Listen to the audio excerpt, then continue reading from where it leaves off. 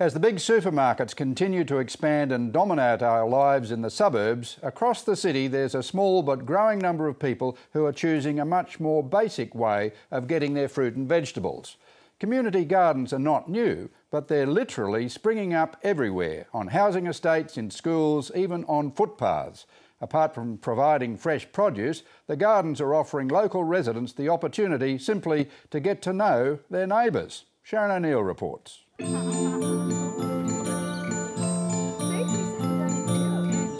In the first instance, we didn't even really know what would or wouldn't grow. We thought, what would we like to eat?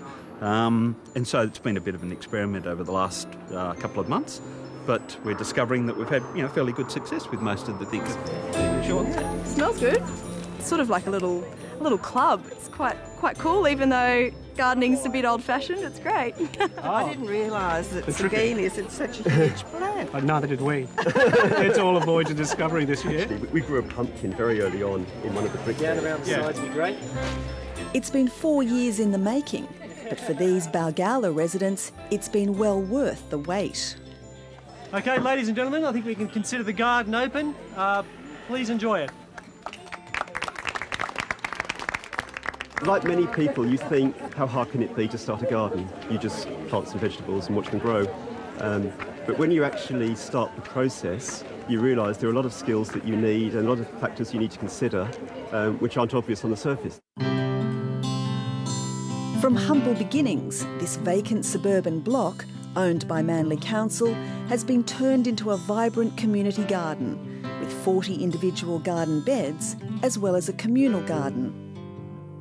We had been approached by a number of our residents saying that they were interested in being involved in a community garden. And then, of course, when the Cancer Council came along with the idea, we thought, we can combine the two together. So it's been a really wonderful partnership.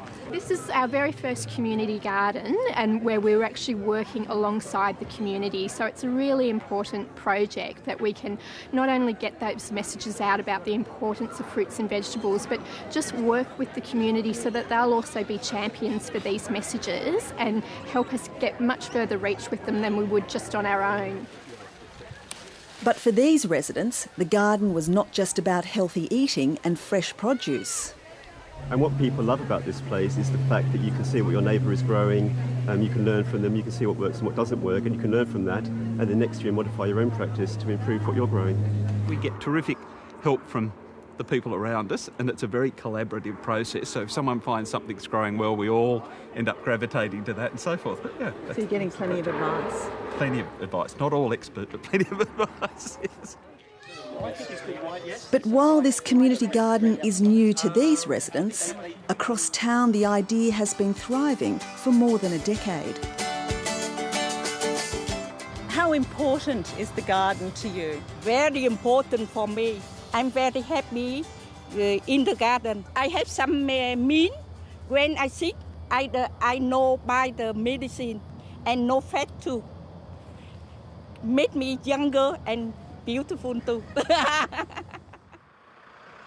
In the southwestern suburb of Riverwood, this community garden has been operating for 12 years. There's over 50 plots, and various people from the neighbourhood, from public housing, are allowed to have a plot, and there is a waiting list. It takes a while to get onto to actually get a plot, and they just have the plot to be able to sort of grow their own veggies and in their own tradition. The garden forms part of a public housing estate in the area and was one of the first to be established under the Royal Botanic Gardens Community Greening Project.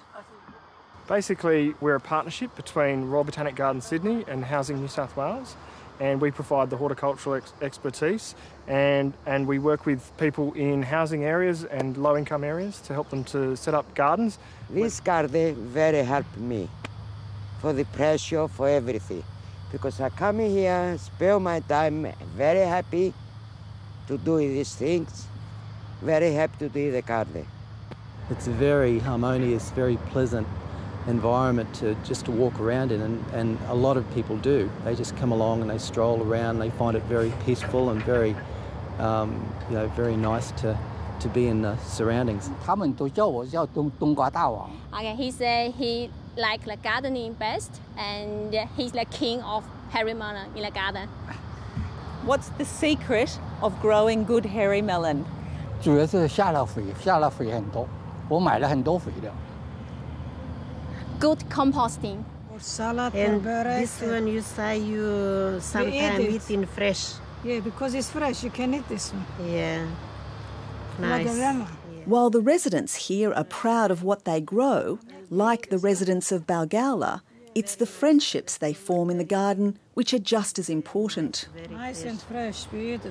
We know each other before the garden. Yeah. But with the garden, we are more closer, not only with Aysel, with everybody here.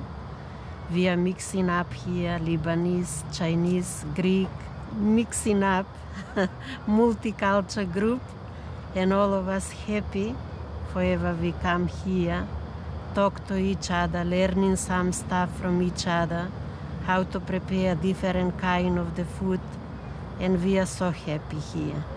We've got some seeds and things if you're interested in these, and also some plants here from our sponsors. The Royal Botanic Gardens and Housing New South Wales have recently agreed to another 5 years of funding for the Community Greening Project. There you go. The partnership just was bloomed and worked really well. Housing is a big corporation with more funding. We're a smaller boutique organisation with less money, but with skills and expertise. And so, we sort of come and provide the neutrality. We can't solve all the housing issues that often can be, brought on and other sort of, repairs and general things. But we can come here and help people to garden and take their mind away from some of those other issues that might be going on in their lives. Who's got the best garden? Now I have the best garden. I come first. In the best competition, I come first, yeah. I've met some fantastic people with different skills to what I have. We've all grown together as a team, and we've cooperated and built something which is a product of all of our inputs. These were the first I put in. These ones? What are they, beetroot? Yeah. So how long before they're going to be ready to eat, do you know? 2 weeks. Do you think you'll eat the beetroot? No.